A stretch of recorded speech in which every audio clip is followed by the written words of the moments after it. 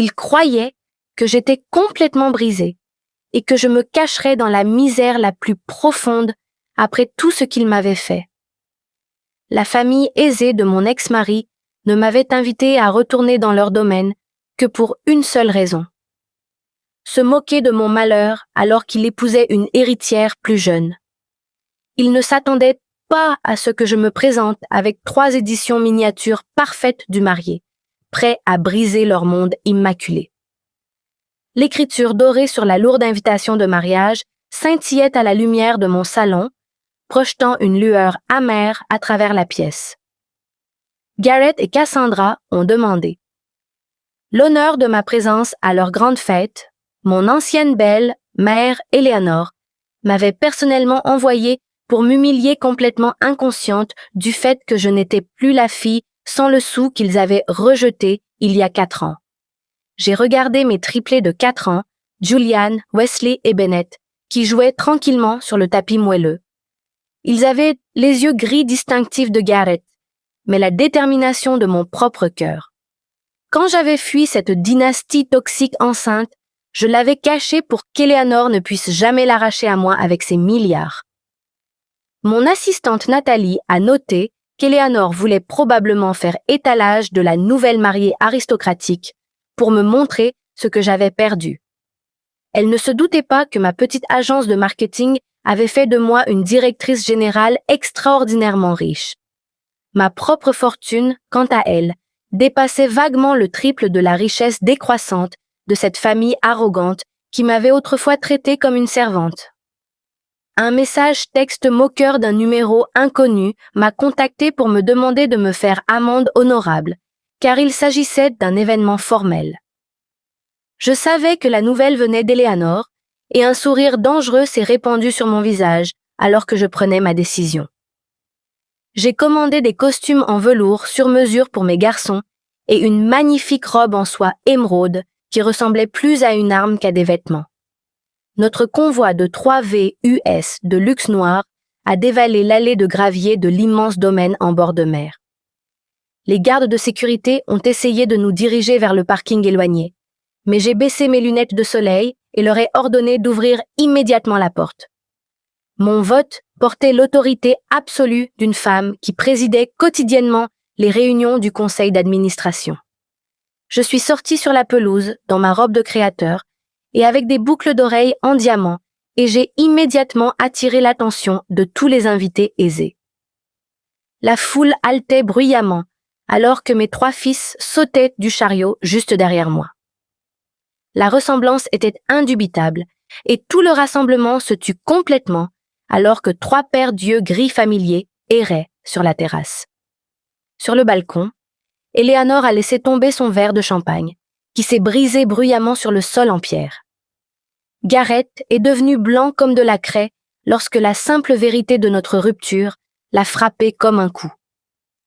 Ignorant les commérages excités de la haute société, j'ai marché avec mes magnifiques garçons directement au premier rang réservé à la famille la plus proche. Eleanor, le visage tordu de colère, se précipita sur les marches et demanda à savoir quoi faire de ce cirque. Elle siffla, elle m'a assigné une place aux toilettes pour que j'apprenne ma vraie place. J'ai répondu calmement que si vos gardes de sécurité touchaient même mes enfants, je porterais une plainte publique pour agression qui les conduirait à la ruine.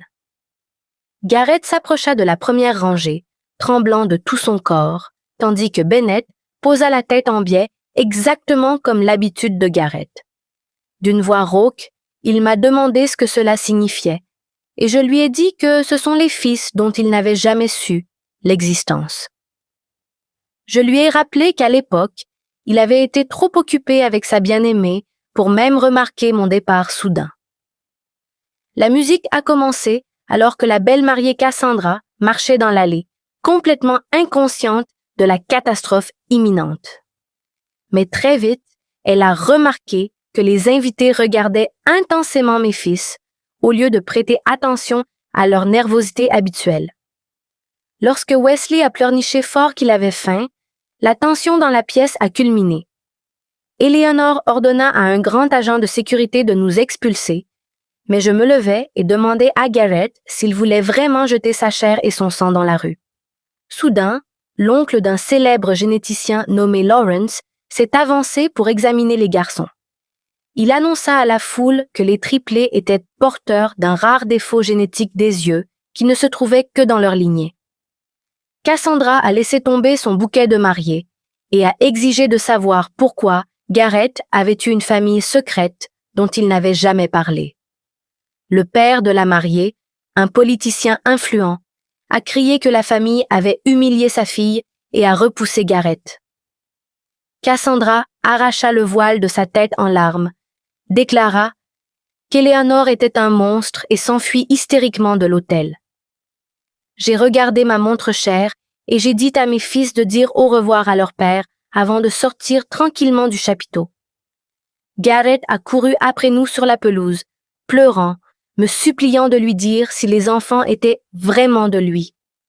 Je lui ai dit que c'était moi qui l'avais élevé pendant des nuits blanches, alors qu'il n'agissait que comme un simple producteur. Eleanor s'est présentée avec ses gardes de sécurité et s'est vantée qu'elle allait mener une bataille de garde coûteuse avec ses avocats pour m'enlever les héritiers. Elle a sorti son chéquier et m'a offert 5 millions de dollars pour que je cède la garde complète.